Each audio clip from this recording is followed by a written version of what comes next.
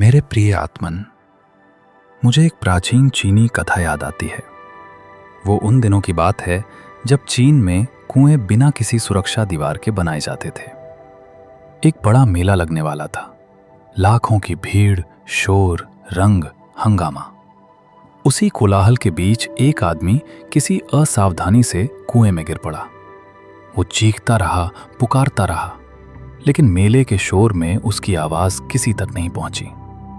संयोग की हवा चली और एक बौद्ध भिक्षु वहां से गुजरा। वो मौन का प्रेमी था। उसके भीतर की निशब्दता ऐसी थी कि मेले के शोर में भी वो सूक्ष्म से सूक्ष्म पुकार को पकड़ सकता था। उसने कुएं के भीतर झांका। आदमी चिल्लाया, मुझे बचाओ। भिक्षु बड़ी शांति से बोला, बचाने का कोई अर्थ नहीं, मरना तो सबको है, आज नहीं तो कल। गौतम बुद्ध कहते हैं, जीवन बस एक स्वप्न है।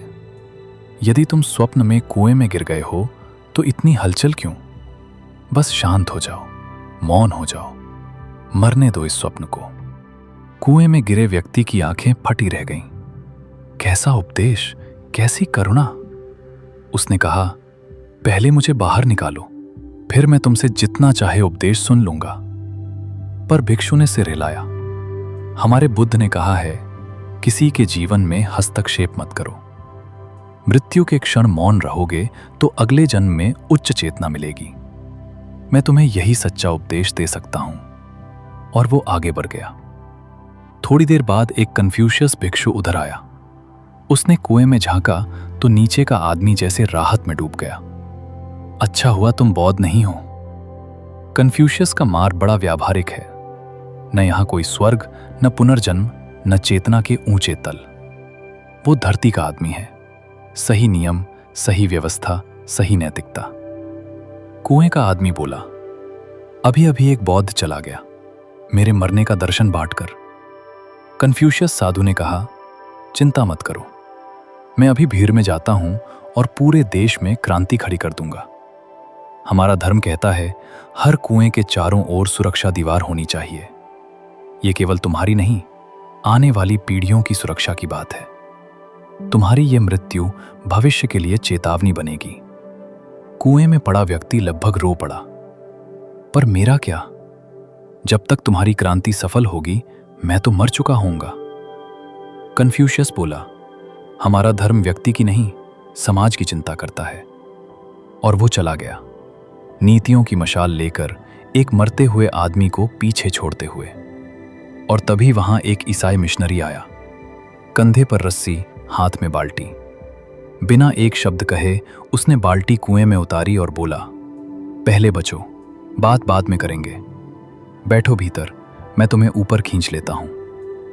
आदमी बाहर आया, सांसें थिर हुईं। उसने मिशनरी की ओर देखा। तुम ही सच्चे धार्मिक प्रतीत होते हो। न कोई उपदेश, न कोई क्रांति।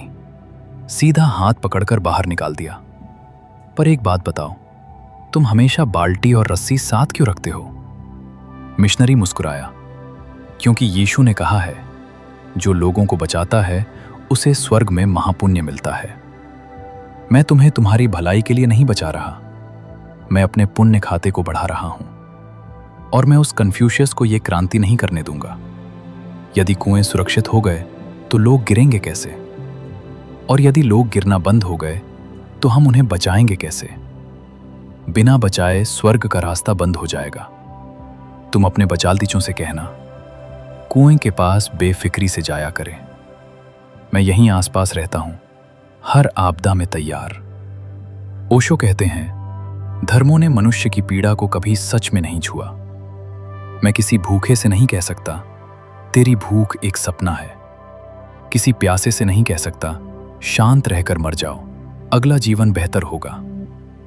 मनुष्य की व्यथा को दर्शन के पर्दे से ढक देना क्रूरता है।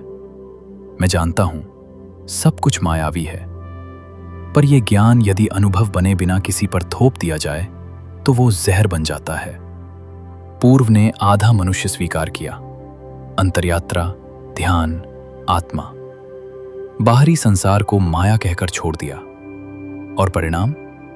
विज्ञान पीछे रह गया, भूख बढ़ गई, गरीबी ने जड़ें जमा ली। पश्चिम ने विपरीत आधा चुना, बाहरी दुनिया को वास्तविक माना और भीतर की आत्मा को नकार दिया। परिणाम, समृद्धि तो मिली पर भीतर खालीपन रह गया। सुविधाएं बढ़ीं पर शांति खो गई। एक पंख पूरब का, दूसरा पश्चिम का, दोनों अधूरे। और अधूरा मनुष्य उड़ नहीं सकता। मैं कहता हूं, मनुष्य को पूरा स्वीकारो, भीतर भी, बाहर भी, ध्यान भी, विज्ञान भी, अपरिवर्तनशील चेतना भी, परिवर्तनशील जगत भी। दोनों मिलकर ही मनुष्य पूर्ण होते हैं, जैसे पक्षी के दो पंख।